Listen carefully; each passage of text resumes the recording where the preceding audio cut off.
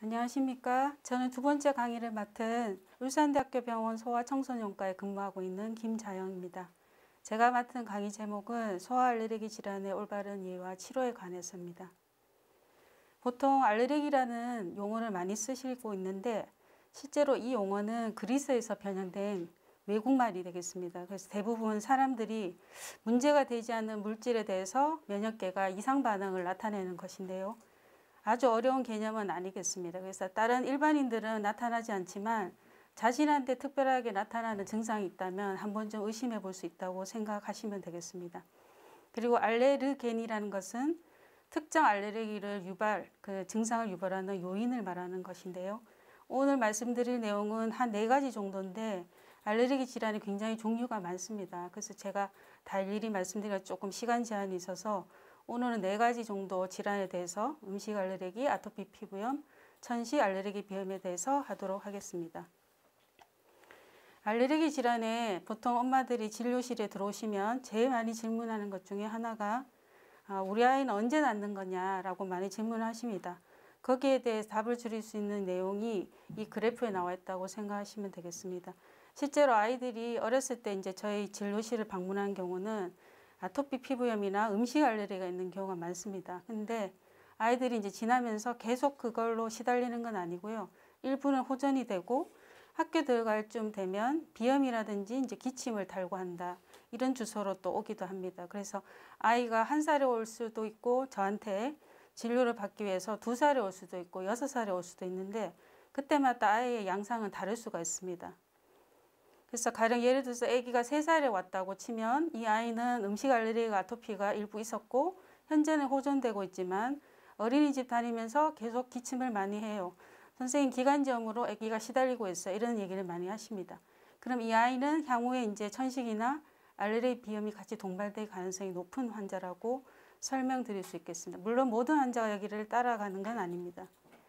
알레르기 질환의 유병률은 계속 늘어나고 있습니다. 이런 그래프의 추이를 보시면 쉽게 알 수가 있는데요. 몇 년 간격으로 저희 나라에서 건강보험공단이라든지 국민영양조사팀을 통해서 많은 설문조사를 하다 보면 이렇게 아토피나 알레르기 질환이 많이 늘어나는 것을 한눈에 볼 수가 있습니다. 그리고 그로 인해서 이제 사회경제적 질병의 부담도 늘고 있죠. 보통 저희들이 만성질환이라면 암이나 심혈관계 질환만 생각하시지만 실제로 제가 주로 보는 소아 환자들은 그쪽 병은 거의 없고요. 알레르기 질환이 만성질환이기 때문에 이 치료에 대해서 많은 돈을 쓰게 될 수밖에 없는 것 같습니다. 알레르기 질환의 발생 원인은 유전적 소인과 한계적 인자가 같이 복합적으로 관여하는 아주 좀 복잡한 질환입니다. 이만 한마디로. 근데 이렇게 설명드릴 수 있는 질환이 굉장히 많습니다. 대부분 만성질환이 이 2가지를 같이 설명하고 있고요. 대략적으로 세계적 유병률은 한 5에서 30%라고 알려져 있습니다. 그럼 왜 유병률이 계속 올라가는가? 앞전에 김양호 교수님이 설명하신 대로 환경오염의 증가와 최근에 모유 수요율이 급격히 감소되고 있고 외국과 이렇게 교류가 많아지면서 알레르기 물질이 우리나라에 들어오기도 하고요. 그 다음에 애완견도 많이 키우게 되고 이런 식상이나 주거의 변화가 굉장히 많아지면서 실제로 알레르기 질환이 많이 늘어나고 있는 것 같습니다. 그리고 부모님들이 이제 진료실에 와서 상담을 할 때 나 때문에 아기가 아픈 게 아니냐 많이 질문하십니다. 솔직히 말씀드리면 가능성이 많습니다. 부모가 양실이 모두 알레르기성 질환이 있으면 자녀의 알레르기 성향 빈도가 여기 보시면 70%가 넘습니다. 상당히 높죠. 그리고 2분 중 1분만 있어도 거의 20%가 넘기 때문에 당연히 앞에 말씀드린 그 원인 중에 유전적 성향을 저희가 체크를 하게 됩니다. 이건 굉장히 유명한 가설인데 그냥 한번 말씀드리려고 들고 왔는데요. 주위 환경이 이제 저희가 사실 옛날에는 그렇게 깨끗하지 않았지 않습니까? 근데 점점 저희가 이제 청결하게 살고 세균이나 바이러스에 대한 그런 노출력이 이제 점점 줄어들면서 혹시 이런 알레르기 질환이 더 발생을 많이 하지 않을까라는 위생가설이 1900년도 초반에 나왔습니다.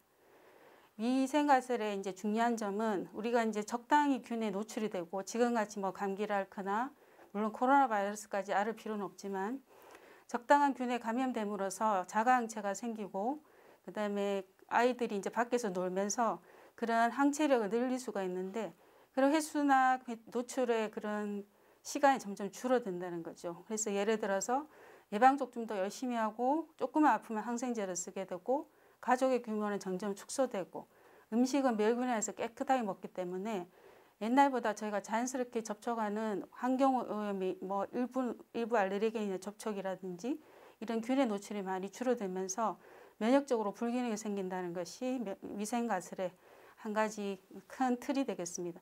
하지만 이것은 좀 논란이 있는데요. 그럼 우리가 전부 다 깨끗하게 사는 거는 안 좋고 옛날처럼 다 시골로 가고 옹기종기 모여서 살면 알레르기 질환이 안 생기냐?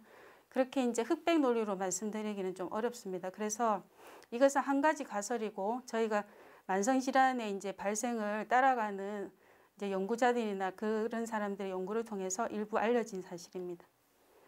보통 알레르기 질환을 진단할 때 그 병력 정치가 굉장히 중요한데요. 엄마 아빠가 이제 같이 외래에 들어오시면 제가 제일 묻는 많은 질문들이 거의 진단의 80~90%입니다. 하지만 많은 분들이 이제 검사에 대해서 이제 걱정을 많이 하시죠. 이 검사를 하면 우리 아이가 천식이냐, 우리 아이가 아토피 피부염이 맞느냐 이렇게 진단이 확정이 될 거라고 많이 믿고 오십니다. 하지만 솔직히 이제 환자들을 많이 본 의사 입장에서는 병력 처치가 더 중요하고요. 뭐로 아기가 더 악화되고 무엇으로 더 아기가 완화되는지도 중요하고요. 거기서 이제 우리가 좀 더 알아낼 게 있다면 객관적 검사를 할 수가 있겠습니다.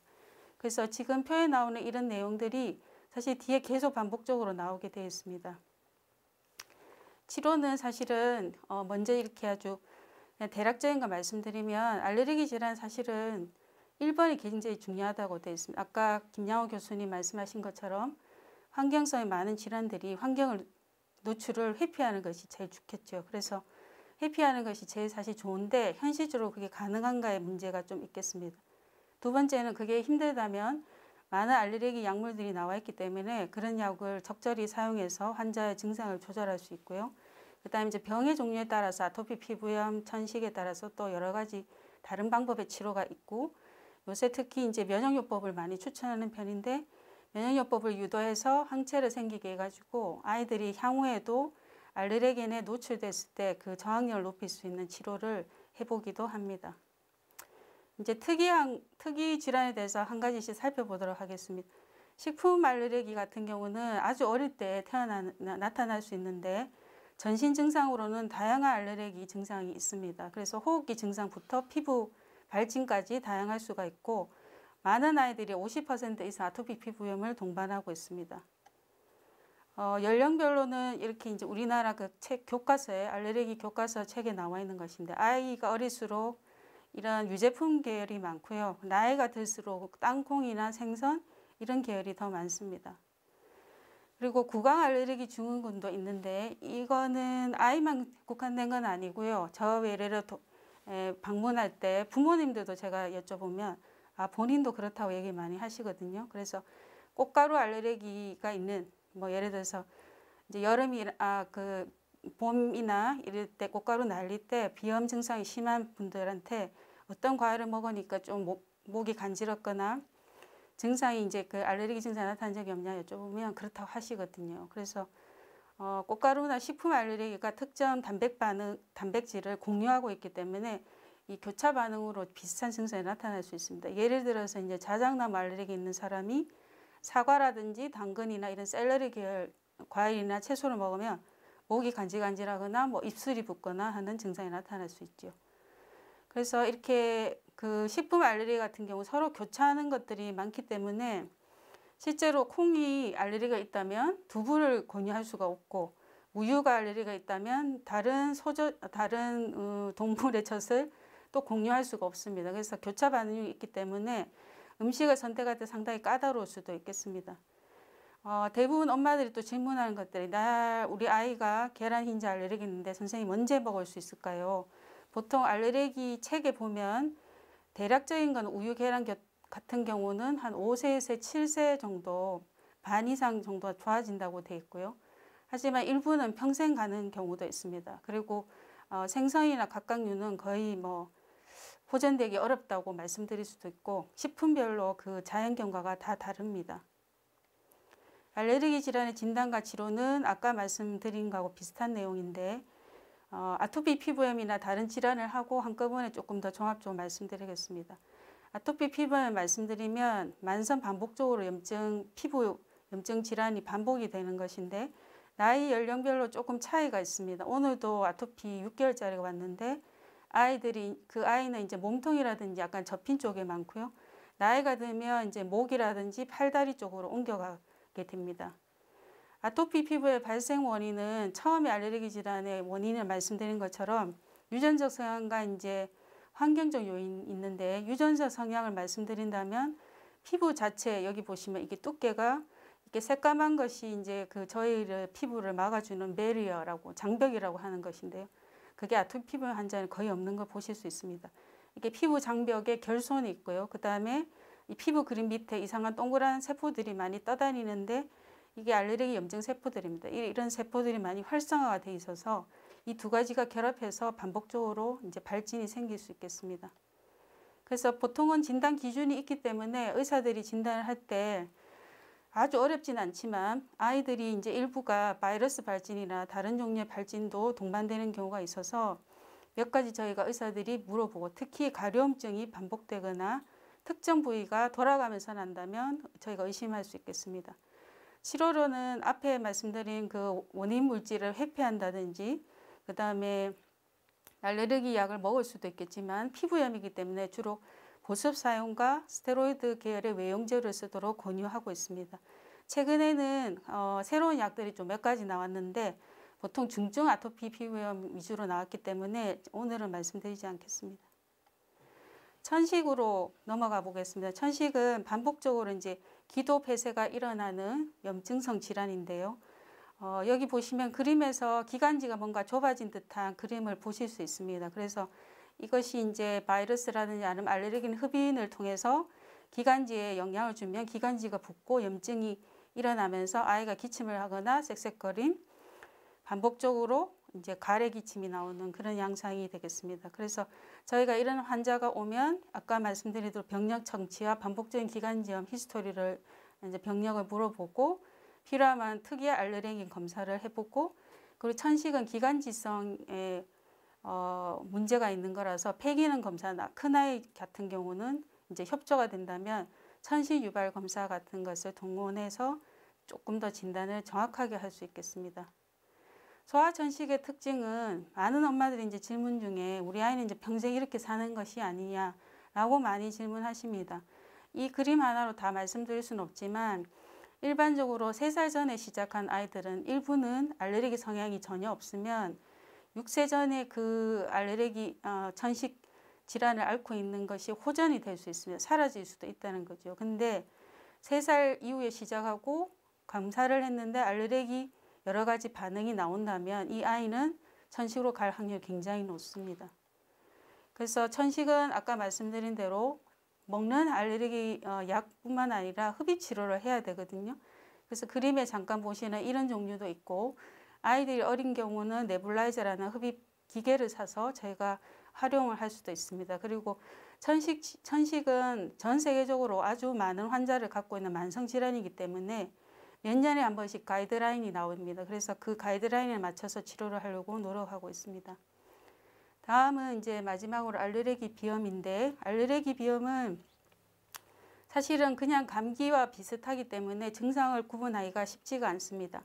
하지만 아침에 이유 없이 재채기가 나거나 코가 막히거나 특정 계절의 증상이 악화되면 한 번쯤 생각해 볼 수 있겠습니다.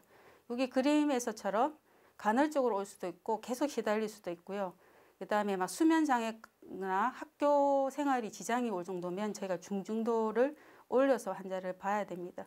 그리고 여기 그림을 보시면 아이가 코를 위로 이게 쓰다듬으면서 자꾸 비벼대거나, 그럼 코를 위로 올리니까 코 위에가 이렇게 크리즈라고 하는 주름이 생기거든요.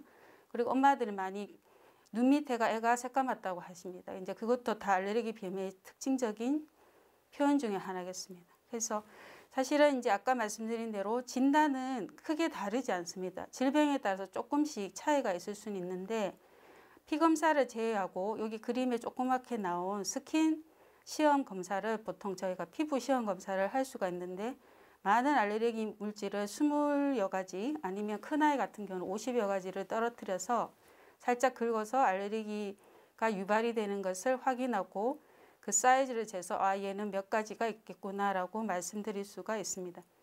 그래서 비염 같은 경우는 분무제가 코를 통해서 분무제를 쓸 수도 있고, 아까 제가 천식이나 다른 알레르기 질환에도 말씀드린 것처럼 요새는 면역 치료가 많이 활발하게 진행되고 있어서 꼭 주사가 아닌 입 안에 약을 떨어뜨려서 할 수 있는 설화 면역요법도 일반 이비인후과에서 많이 하고 계십니다. 알레르기 질환의 관리 수칙은 사실 요새는 워낙 정보가 많아서 조금만 여러분들이 이제 구글이라든지 이쪽을 찾아보시면 많은 그 자료들을 보실 수가 있습니다. 근데 되도록이면 돌아다니는 것을 보지 마시고 학계나 일부 전문 집단에서 나온 그 관리 수칙을 숙지하시면서 거기 따라서 하시면 좀 더 객관적이지 않을까 싶습니다. 여기 보시면 5개 학회와 협회에서 공동 제정한 예방관리 수칙이 있습니다. 보시면 너무 글씨가 작아서 잘 안 보이실 수도 있는데 제가 오늘 말씀드린 한 3가지 병에 대해서 다 예방 수칙이 잘 나와 있기 때문에 이것을 잘 읽어보시면 도움이 될 것 같고요. 그리고 제가 아까 말씀드린 대로 저희 소아 알레르기 학회나 어른 대상으로 하는 대한천식 알레르기 학회를 들어가도 교육정보센터가 들어가 있습니다. 그리고 그 지역의 전문의도 검색할 수가 있고요. 일반인을 위한 일반인 정보도 많이 나와 있습니다. 그래서 이런 것을 많이 이용해서 실제로 내 아이가 알레르기 환자라면 환경관리를 어떻게 해야 될지, 어떤 의사를 찾아가야 될지 정도는 이 학회 홈페이지를 이용해서 정보를 얻으실 수 있을 걸로 생각됩니다. 경청해 주셔서 감사합니다. 그러면 제가 질문을 받아보겠습니다.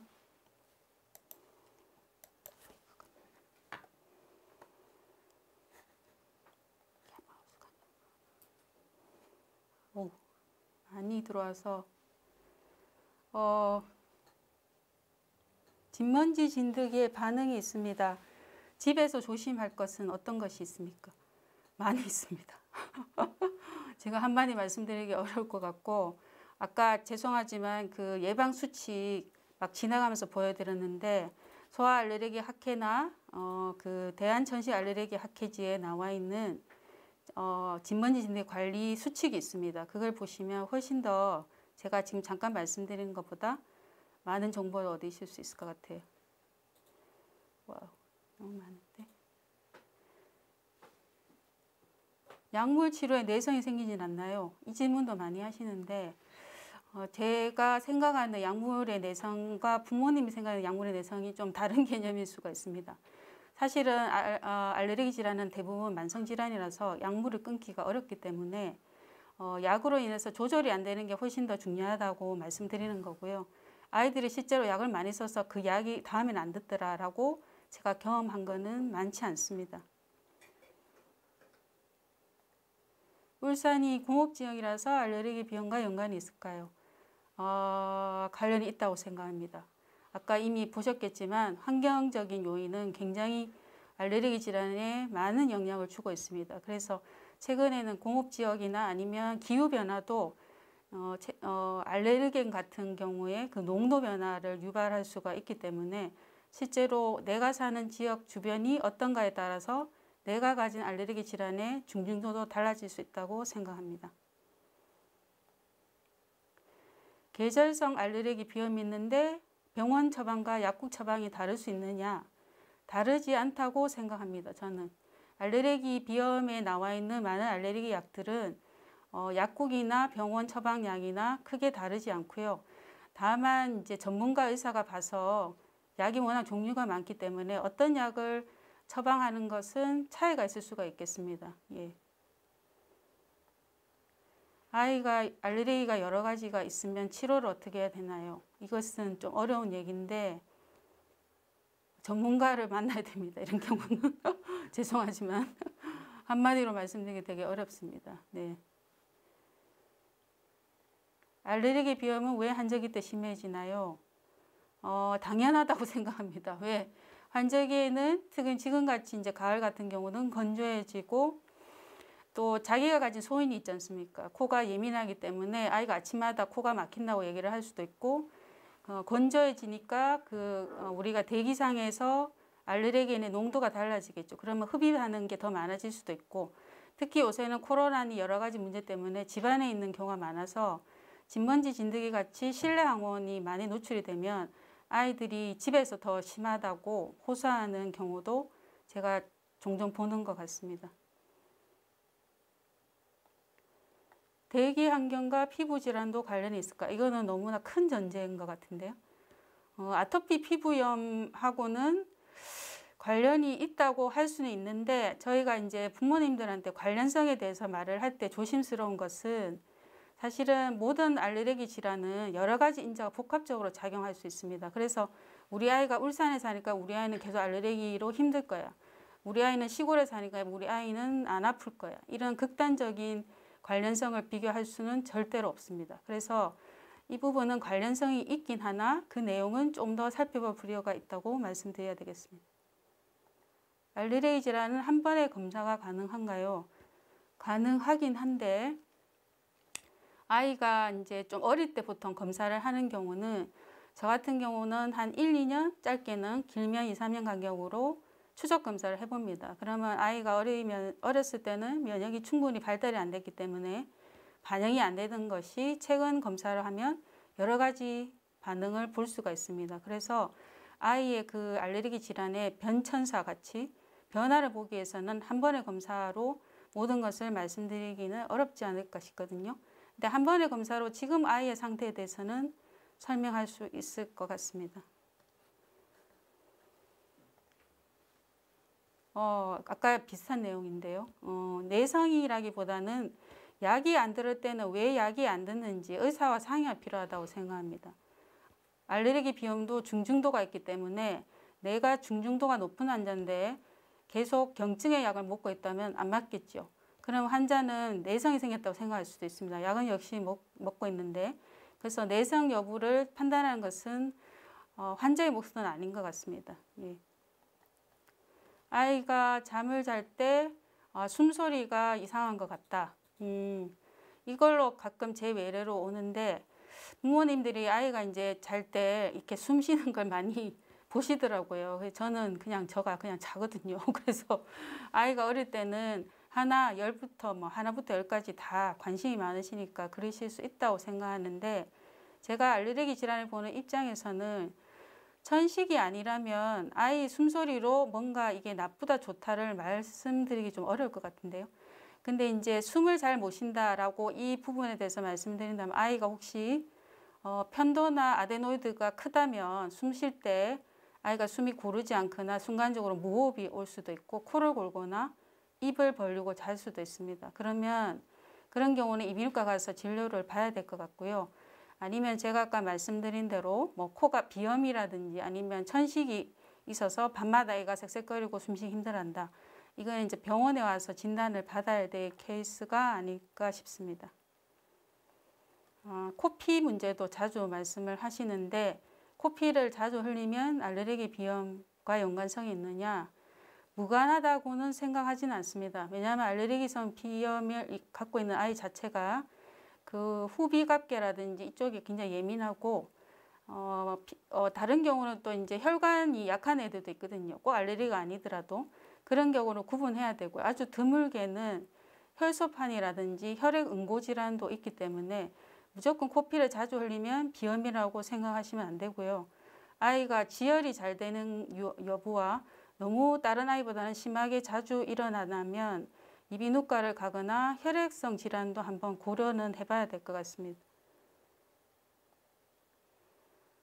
이것도 알레르기 비염으로 이제 아기가 약을 많이 먹을 수밖에 없는 상황이 이제 올 수 있는데, 참고 견디면 어떤가에 대해서 이제 질문을 하시는데, 저는 소아과 의사이기 때문에 참는 부분에 대해서는 좀 판단이 안 되는 것 같아요.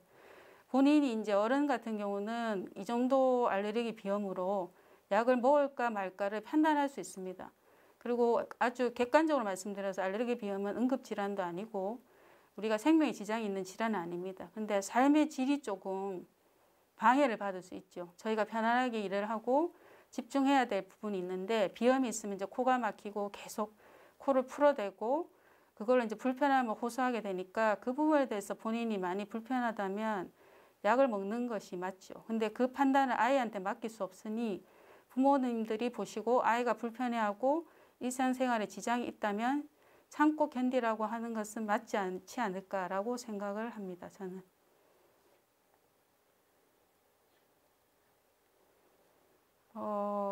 요걸 마지막으로 그만 마쳐야 될 것 같습니다.